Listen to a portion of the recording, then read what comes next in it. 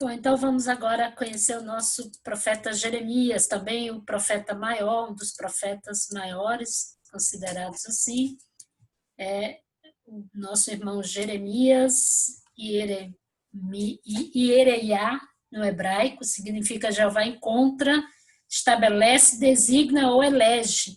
Ele era filho de Ilquias, que foi provavelmente o sumo sacerdote na ocasião da reforma de Josias. Ilquias também foi bisavô de Esdras, em Esdras 7:1. Então, nós temos aí sua vida, nascimento e filiação do profeta Jeremias. Ele nasceu em Ananote, cidade distante, cerca de 5 quilômetros, a noroeste de Jerusalém. Recebeu sóbria educação doméstica e religiosa, segundo a lei de Moisés.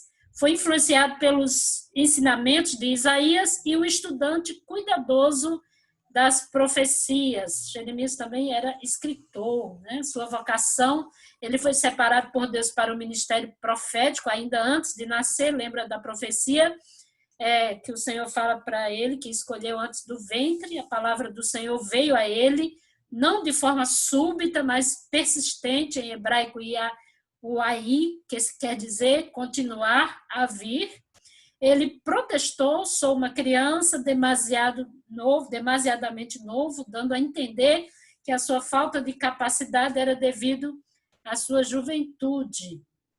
E aí, talvez entre os 21 e 24 anos de idade, o profeta Jeremias, contudo, foi tocado por Deus, capítulo 1, versículo 9, tocado nos lábios, tornando-se o seu mensageiro com poder para destruir e recriar. O Senhor fala para ele que o capacitaria, para arrancares e para derribares. Também foi anunciado que ele encontraria grande oposição dos príncipes, dos sacerdotes e do povo, mas não devia se atemorizar, porque Deus estaria com ele, tornando-o invencível. Então ele tem essa afronta com reis, com profetas, com sacerdotes, com falsos profetas, com o povo, e Jeremias é um profeta bem desafiado por Deus aqui nesse tempo difícil. Sua chamada está associada a duas visões: a visão da amendoeira, a árvore que desperta mais cedo na primavera, era para confirmar sua chamada, mostrando que Deus vela pela sua palavra, e a visão da panela a ferver, prestes a derramar seu conteúdo fervente, inclinando-se do norte, ilustra a futura invasão da Babilônia. Então, ele tem essas duas visões no seu chamado. E Jeremias era gentil, afetuoso, misericordioso, tímido e severo. Foi apelidado de um profeta sentimental, ou chorão, né? Alguns falam que Jeremias é o profeta chorão, o mais psicológico de todos os profetas. Não gostava de pronunciar discursos agravantes, denunciadores.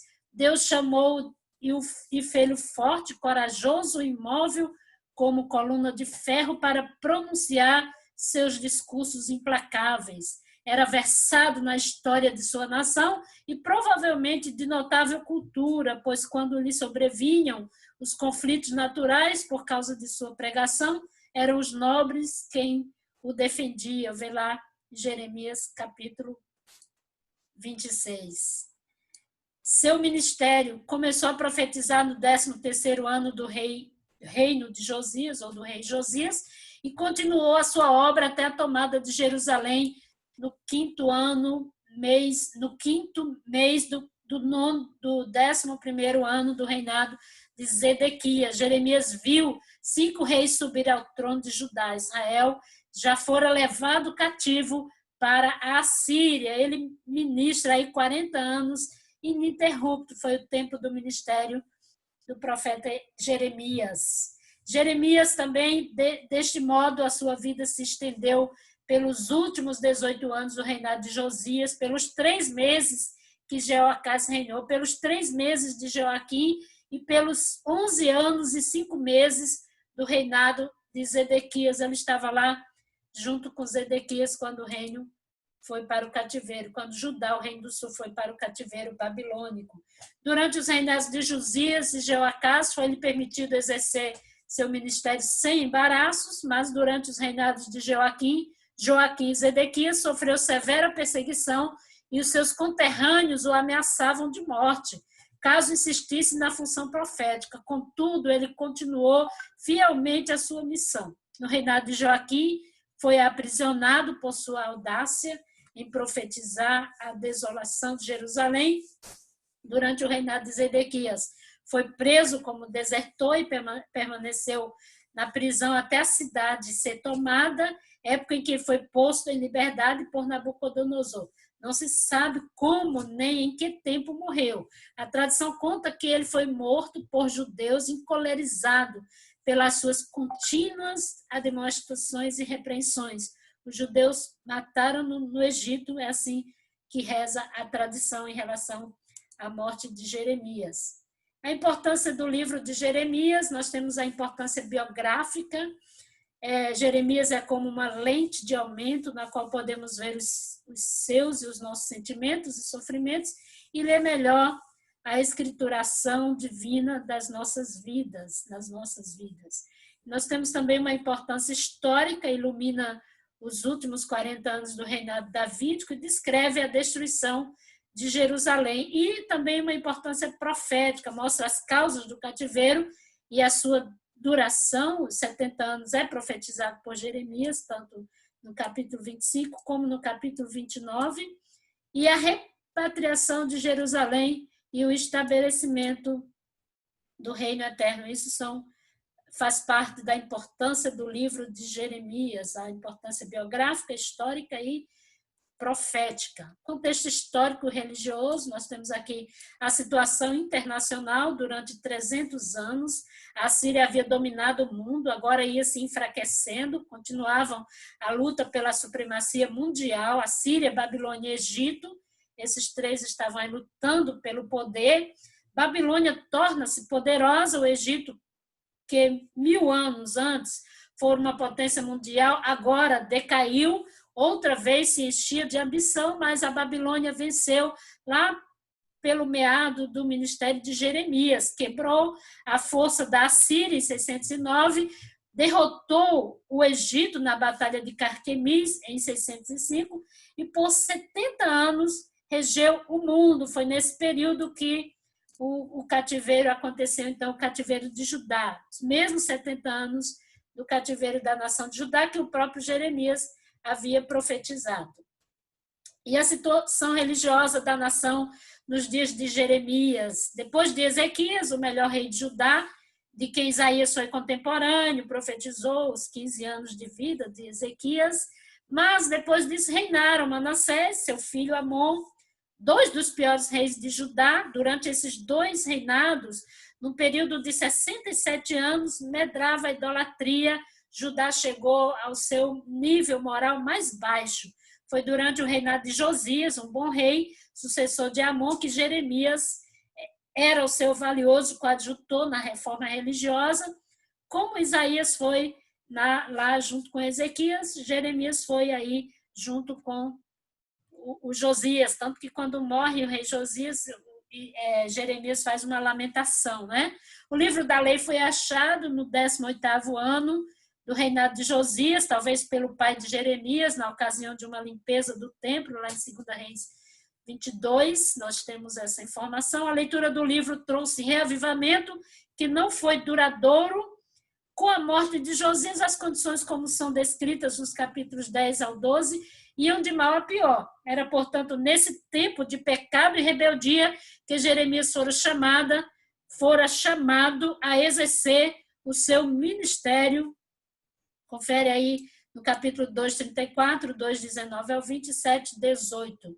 Esse era o contexto religioso da nação. E a mensagem de Jeremias, do ponto de vista geral, Jeremias avisava do juízo vindouro e convidava o povo a arrepender-se de seus pecados, salientando que se o povo obedecesse ao Senhor, ele de algum modo o livraria. Empregou as figuras do matrimônio e da filiação para descrever a intimidade da relação de Israel e Javé e os deveres implicados nessa relação. Veja, capítulo 31, eu queria ler só o texto, nós estamos falando muito de Bíblia, tenho lido pouco, mas eu vou ler aqui. Versículo 31, capítulo 31, versículo 9 diz assim: virão com choro, mas eu guiarei com consolações. Eu os guiarei aos ribeiros de águas, por um caminho reto em que não tropeçarão, porque sou pai para Israel e Efraim é o meu primogênito. Então, só essa palavra de consolo, mostrando para Israel o desejo de Deus, o desejo que eles se convertessem, que eles voltassem para o Senhor. Sem cessar, Jeremias advertia Jerusalém para que se rendesse ao rei da Babilônia, agente do castigo divino. Então, essa nação, Babilônia, estava sendo usada por Deus como agente para punir Israel, para disciplinar o seu povo, mas eles deveriam se entregar, sabendo que Deus estava no controle da situação, como ele já havia dito no 31:9, ele era pai de Israel, ele queria o melhor para ele. Então, seus amigos acusaram-no de traidor. Quando ele está profetizando que eles deveriam se render ao rei de Babilônia, eles o acusam de traidor. E aí, Nabucodonosor recompensa por essa advertência. Nabucodonosor recompensou por essa advertência ao povo, não só poupando-lhe a vida, mas oferecendo-lhe uma honraria, até mesmo uma dignidade na corte babilônica. Veja aí no capítulo 39, versículo 16, inclusive, Jeremias foi acusado de estar aliado ao rei de Babilônia, mas Jeremias estava falando da parte do Senhor. E no versículo 16 do 39, vai e fala a Ebed-Meleque, o etíope: assim diz o Senhor dos Exércitos, Deus de Israel, estou para cumprir as minhas palavras sobre esta cidade com catástrofe e não com prosperidade. Naquele dia, elas se cumprirão diante de ti. Então, o versículo 17 diz: mas eu te livrarei naquele dia, diz o Senhor, e não serás entregue nas mãos dos homens a quem temes. E aí, pois certamente te salvarei, e não cairás pela espada, mas terás a sua vida como despojo, porquanto confiaste em mim, diz o Senhor. Então, eles deveriam confiar no Senhor, porque Deus estava levando a nação para a Babilônia, mas Deus traria a lição para a Babilônia também. Deus puniria a Babilônia, ele estava levando o seu povo para lá, mas estaria retornando para a sua terra. A Babilônia seria assolada ao seu devido tempo. Todavia, Jeremias bradava que o rei da Babilônia estava cometendo um crime hediondo na destruição do povo do Senhor, e por esta causa, no devido tempo, esse país seria assolado para sempre. Isso está nos capítulos 50 e 51.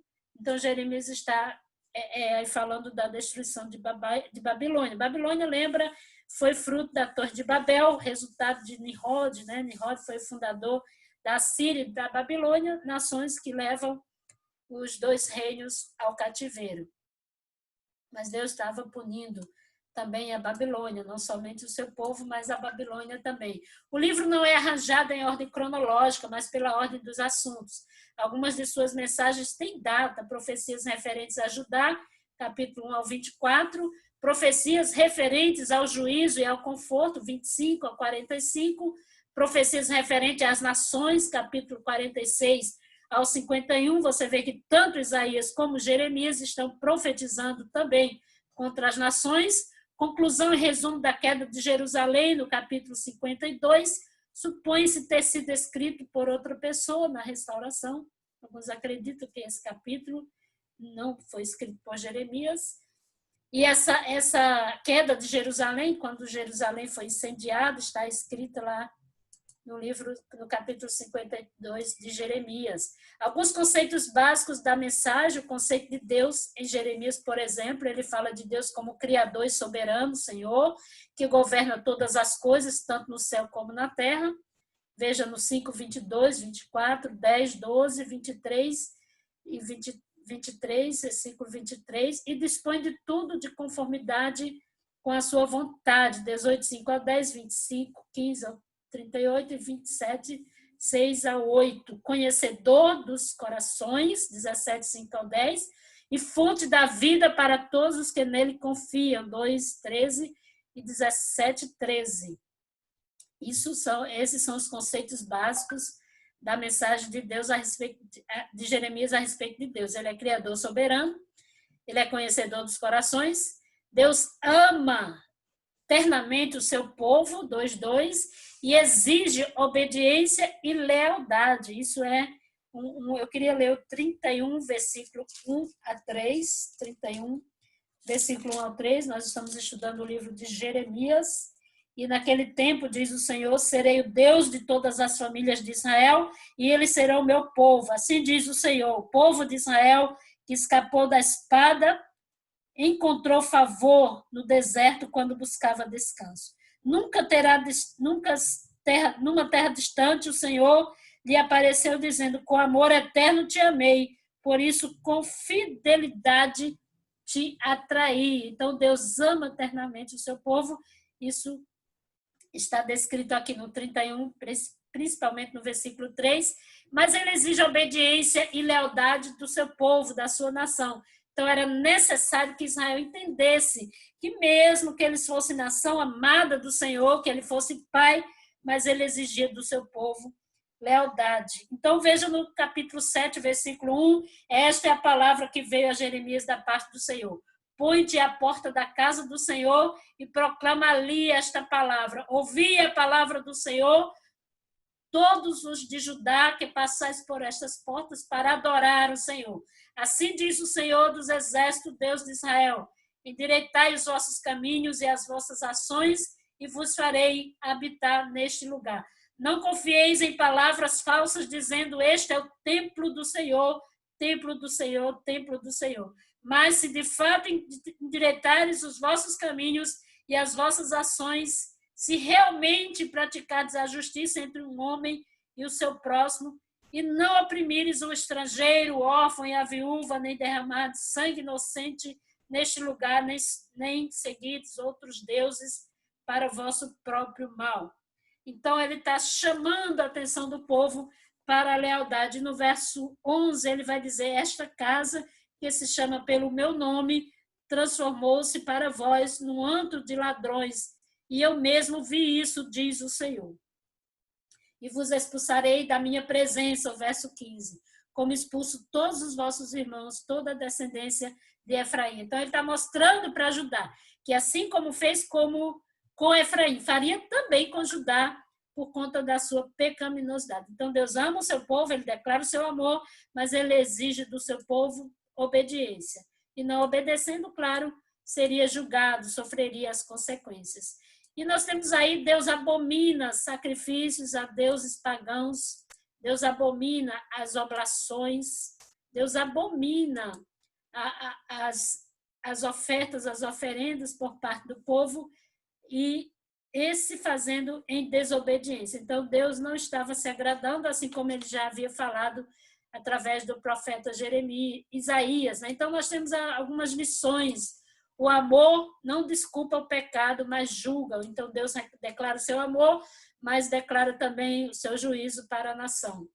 O nosso amor a Deus é revelado nas nossas atitudes e posicionamentos. Então, eles deveriam se posicionar como um povo que ama a Deus. Então, Jeremias também vai condenar severamente a idolatria de Israel. Mal particular contra o qual Jeremias combate todo o tempo foi a idolatria. Suas referências à adoração prestada a deidades pagãs confirmam que a prática era generalizada e tomava muitas formas. Então, o povo de Israel, eles eram um povo muito, muito idólatra. Eles tinham essa característica de adorar a outros deuses. Então, os ídolos eram encontrados no próprio templo. Olha que coisa triste para eles, que juízo eles trouxeram para a sua própria vida. Veja no versículo 31 do 7. Edificaram altos de Tofete, que está no vale de Ben-Hinom, para queimar seus filhos e suas filhas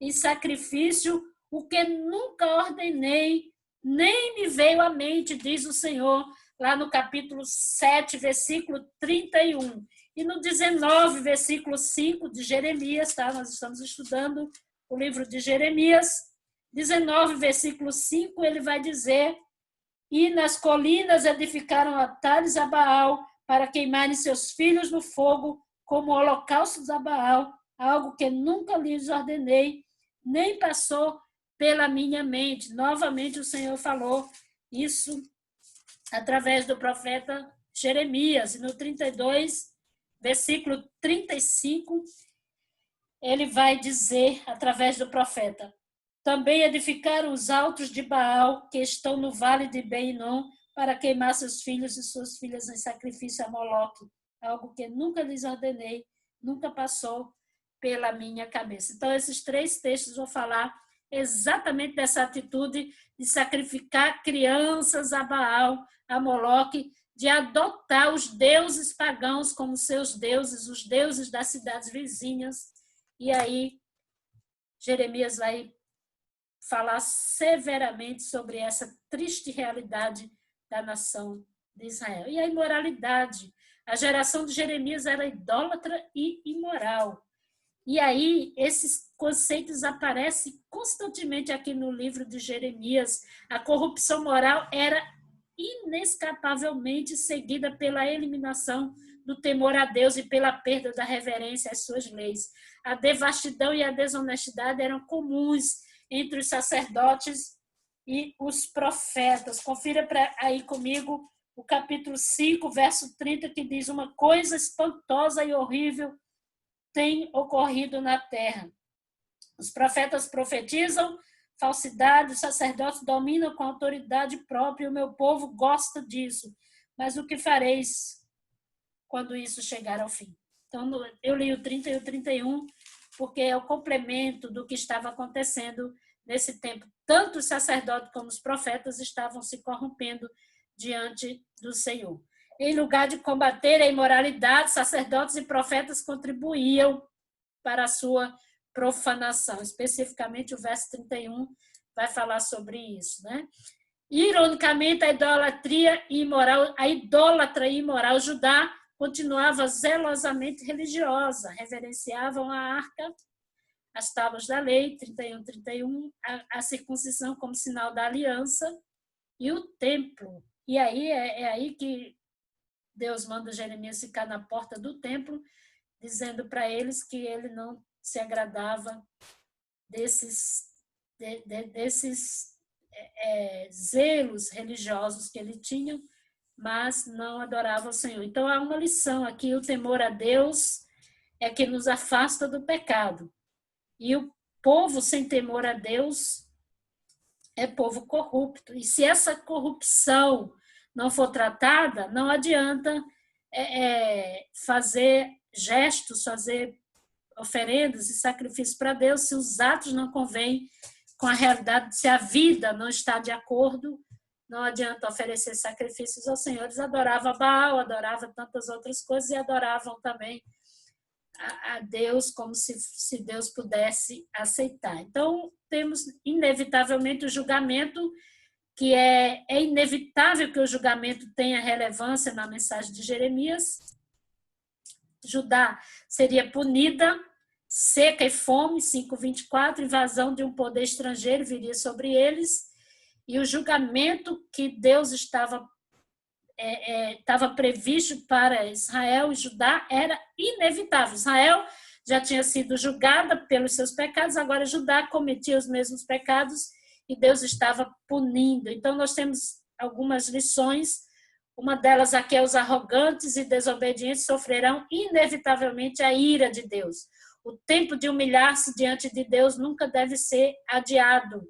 O tempo é hoje e agora. O amanhã não nos pertence, e a oportunidade terá passado quando o julgamento vier. Então, eles tinham todo o tempo para se arrepender, eles não se arrependeram, então o julgamento era inevitável. Jeremias também enfrenta os falsos profetas. A polêmica principal de Jeremias com os sacerdotes era dupla: procuravam tirar lucro do ofício, discordavam que o templo de Jerusalém nunca cairia perante os babilônios, que eles não acreditavam que isso poderia acontecer.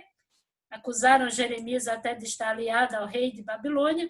Os profetas confirmavam o iludido povo de Judá nesse otimismo falso, dizendo que a nação não passaria pelo cativeiro. Então, Jeremias teve diversos confrontos com esses falsos profetas, mas Jeremias também trazia uma mensagem de esperança. O exílio de Judá na Babilônia não permaneceria para sempre. Ele profetiza isso no 25:11 e 29:10. A própria Babilônia seria destruída. No 29:10 e 11, ele vai falar sobre isso e ele vai dizer: eu bem sei os pensamentos que tenho a respeito de vós, pensamentos de bem e não de mal, para vos dar o fim que desejais. Então, nós temos aí a profecia de esperança também profetizada pelo profeta Jeremias. E do ponto de vista específico, a primeira mensagem, nós temos aí, Deus pede que Israel se lembre que era uma noiva bonita, enfeitada, seguindo o Senhor no deserto, onde ninguém semeia. Nesse tempo, Israel andava com o Senhor e lhe devotava verdadeira afeição. E a segunda mensagem veio no tempo de Josias, rei de Judá. A idolatria continuava a ser grande mancha na vida social e espiritual dessa nação, o que se corrompera e teimava permanecer em seus pecados. Jeremias comparou o povo de Deus como barro, como oleiro, como argila nas mãos do oleiro. Né? O oleiro que molda a argila deu a Jeremias uma imagem forte de Deus e do seu povo. O que se danifica pode ser novamente restaurado. Essa era uma mensagem de esperança. O Senhor leva Jeremias à casa do oleiro e diz que assim como ele faz como vaso, como barro nas mãos do oleiro, assim seria então a nação nas mãos do Senhor. Então era uma promessa também de restauração. E a terceira mensagem, 7:1 ao 10:25, para Judá o templo era sacra-santo, né? E portanto seria poupado se acontecesse o pior. Certamente Jeová interviria para salvar a cidade onde colocaria o seu nome. E aí Jeremias afirma justamente o contrário. Mandado por Deus, ele prostra-se à porta do templo e proclama que o templo não salvaria a nação. E aí nós temos uma lição, né? A adoração externa sem a mudança interna é inútil, terá que ter essa mudança do coração. Jeremias fica na porta do templo e profetiza as palavras do Senhor a respeito do templo. E a quarta mensagem é a mensagem de capítulo 11 ao 12:5, de concerto nacional. A base do concerto era o amor. Deus manda o seu profeta publicar nas cidades de Judá e nas ruas de Jerusalém todas as palavras, afirmando que os seus pais tinham sido severamente advertidos de que se não cumprisse o prometido, a aliança estava sem efeito. Mais uma vez, o amor de Deus é manifesto, pois tanto Jerusalém como as cidades de Judá estavam corrompidas pela idolatria e suas consequências. Então, a palavra do Senhor para a nação de Israel nesse tempo é uma palavra de arrependimento. Eles deveriam se consertar com o Senhor. O concerto nacional é um dos temas de Jeremias. Eles deveriam se consertar com o Senhor a fim de que o cativeiro viesse corrigir. De fato, era inevitável porque eles estavam se corrompendo contra o Senhor, mas eles tinham a chance de se converter. Encerramos aqui o livro de Jeremias e vamos, próxima videoaula, estudaremos o livro das Lamentações de Jeremias, que é uma continuação do seu livro. Até a próxima videoaula, se Deus nos permitir. Deus abençoe, bons estudos.